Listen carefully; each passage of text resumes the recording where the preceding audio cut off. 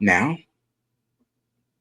at the last dark match of the year, when we haven't seen you since SummerSlam, you're not available. Now you're not available to pod with us. No, you know what it is. You left us, D. You did. You left us. People have been asking me to be the best in the world. Why, Eddie? Why? I'm better than you. My eyes are red. I was in the back smoking a joint with Van Dam.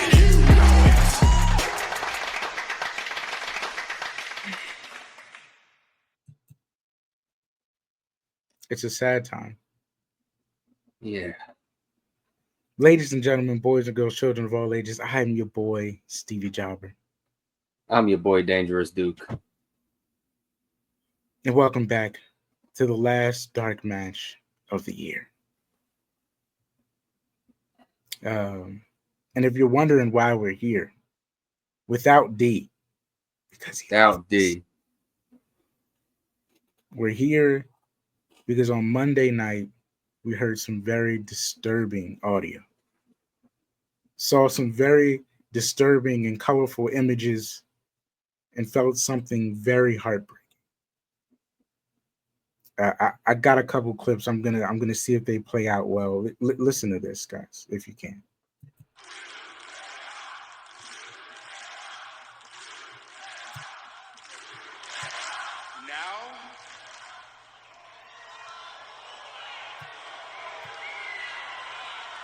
Now, you want to come back? After you watched us fight for months, after you watched us argue to the edge of the cliff and the last thing left to do was jump, now, you want to come back? E, you left us. Hey, I broke my neck. What do you mean? I've been doing my best. You left us, E.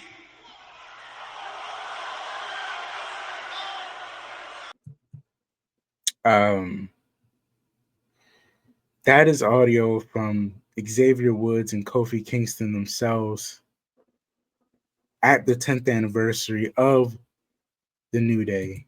11-time tag team champions, record-breaking, first ballot Hall of Fame, and what we thought was going to be the breakup of the New Day.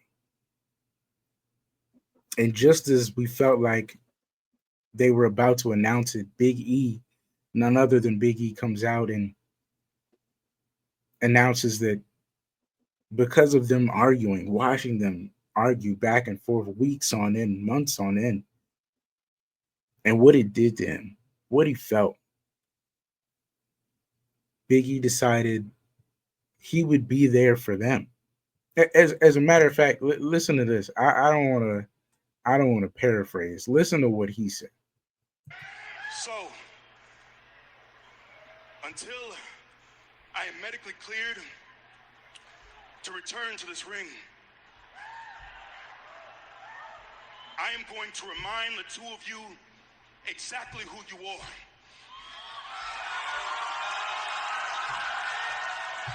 I'm going to be here to cheer for you, to root for you, to uplift you. I'm going to be here every single week.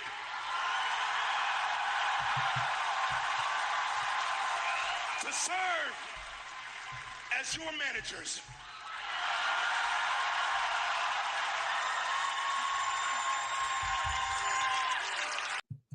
Now, I find it interesting that it ended up being Big E that brought these two together in a way that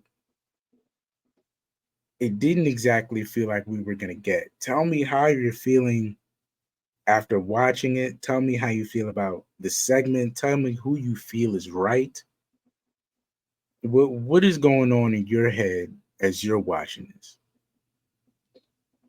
Well, as I'm watching this, first things first, I'm excited to see D come back. Yeah. Cheap pun, Yeah. cheap plug. I'm excited. No, in all seriousness, I was excited to see E come back. And then seeing it transpire. He's trying to keep the family together. He's trying to keep it steady. He wants it copacetic.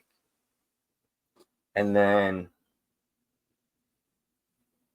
after all the animosity between Woods and Kofi over the last few weeks,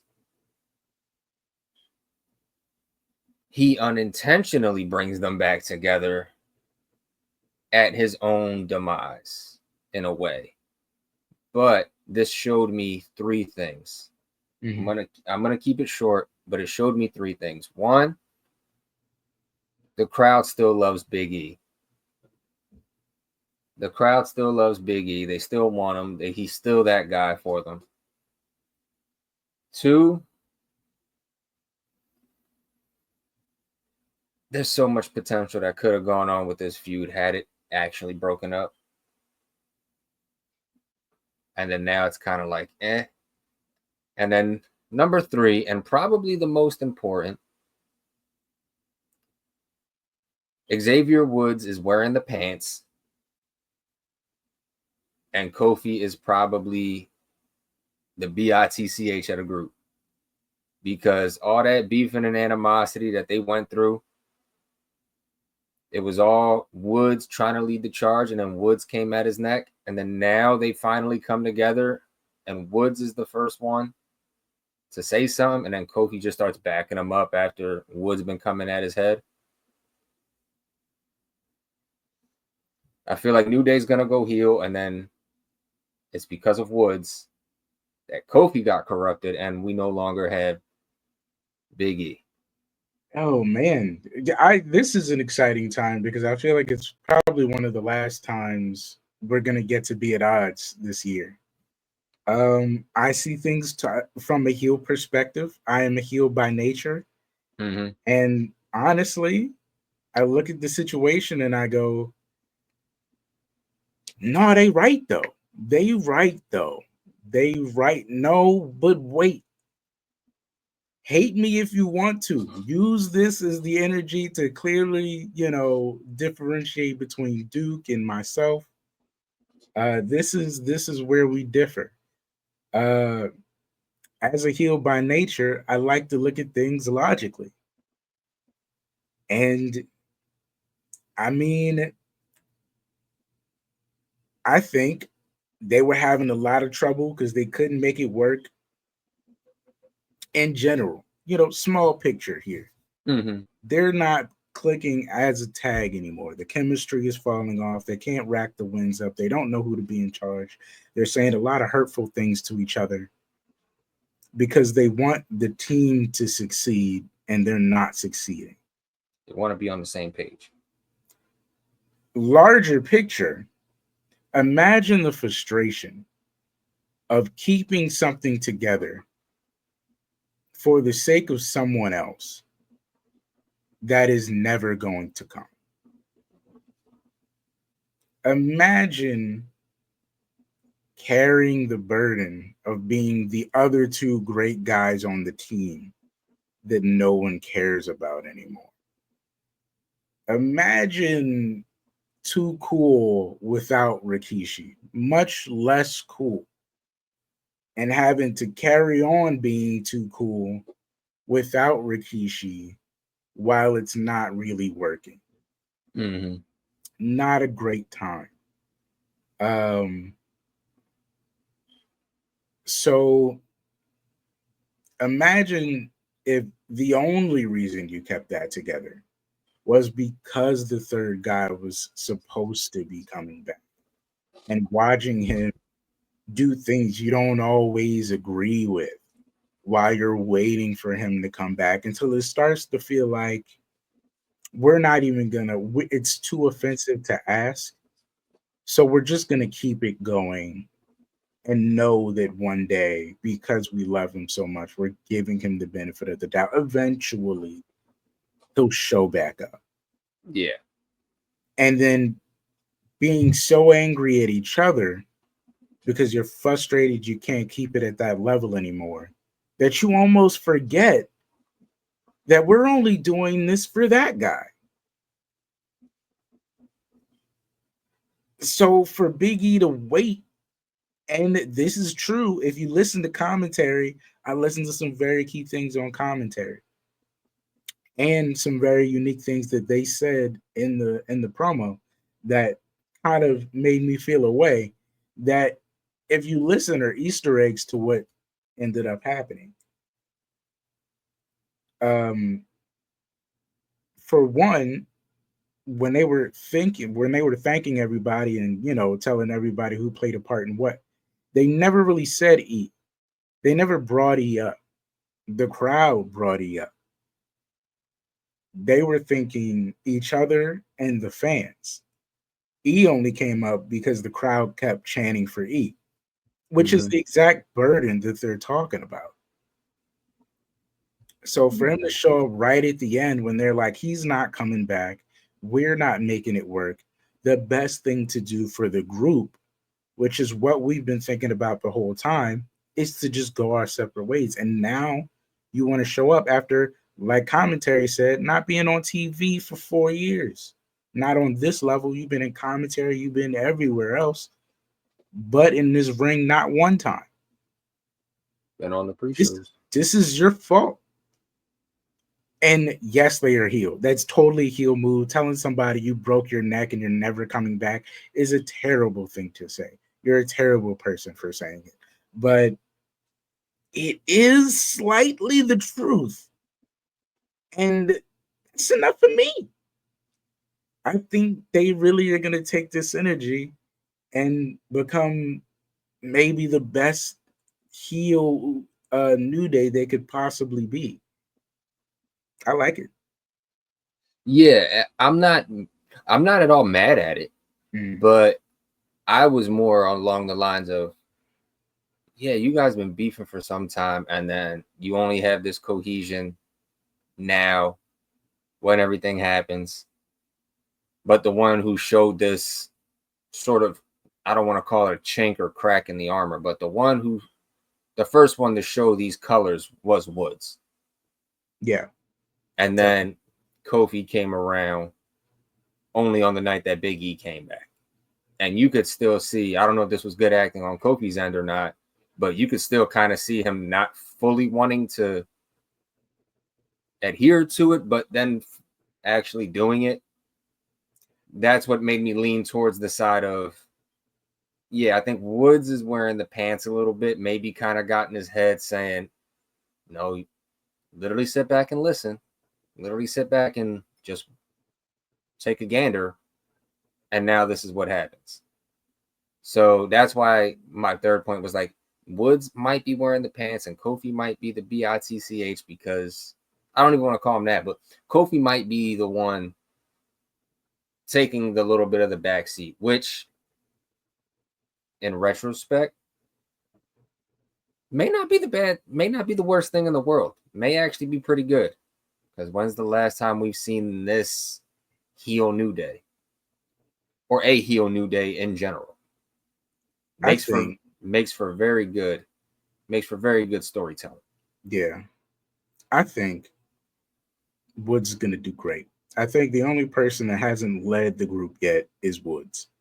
And I think the only way to make it believable was to turn him heel if it's going to be the two of them, and have Kofi get to a place where he can like realize Woods is right. And I think him making the realization that, oh yeah, this is Z's fault. You're right. You've been right. You've been right.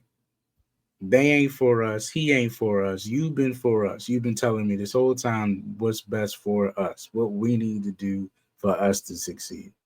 And maybe I'm been in the way because I'm thinking about how things used to be. Maybe I'm telling you, man, heel by nature. I think they're right. I don't think it's right, but I think they're right though. They might be a little right though. And I think a heel New Day, I'm not mad at it. And then not only that, a heel New Day with Woods potentially calling shots or making the plays. Mhm. I think, I'm not sure. Somebody fact checked me on this, but I think this may be the first time in the history of the WWE that a team or a faction of 3 people has had a certain point in time where each person was the ifdo de facto leader. Like Big E was a leader at one point, then Kofi was a leader at some point. Now I think this might be the spot where Woods becomes the leader. I think this may be the first time where in a faction or in a group that each person in said group was the leader. And even better than that, how about the story it tells of them together? Amazing run the first 10 years. Everybody achieved the one thing in wrestling they wanted to achieve. Then at the 10-year, they kicked one guy out, turned heel, and went on another run. Iconic. If they can pull it off, which we'll have to see. I have no doubt they can. But if they could pull it off, hey, that might be a topic for greatest factions or greatest teams of all time. I'm just saying, hey, absolutely. I'm just saying they were already close, but if they pull it off, that might edge them in front. Yeah, imagine if that's their heel Uso run. They could really do it. Any last regarding things you want to say before we wrap up and finish this dark match? Where were you, D? That's all I gotta say. It took for this to happen. Thanks a lot, D. You left us, D. You left. No, man. And Big E, just for that, should win probably like performance of the year. That was great acting by E. Absolutely. Calling out Woods' name, holding out his arms like he's about to cry at the end. Like, we're not about to leave this here. It's like that. It's like that, D. It's like that. It's gotta be like that. All right, man. Thank you guys for joining us. Tell us how you feel about the breakup. Tell us how you feel about heel New Day, X wearing the pants, Kofi following orders, being the side man. This whole thing, this whole debacle. I know I went crazy once I realized what was happening. So leave us your thoughts in the comments. If you're listening on Spotify, if you're listening on YouTube, wherever, hit the like, hit the subscribe. It's been an amazing year. What a great turn at the end of it. I've been Stevie Jobber. I've been Dangerous Dude. And as always, stay up, stay blessed. And for the last time this year, at least on a dark match, stay dangerous. People have been asking.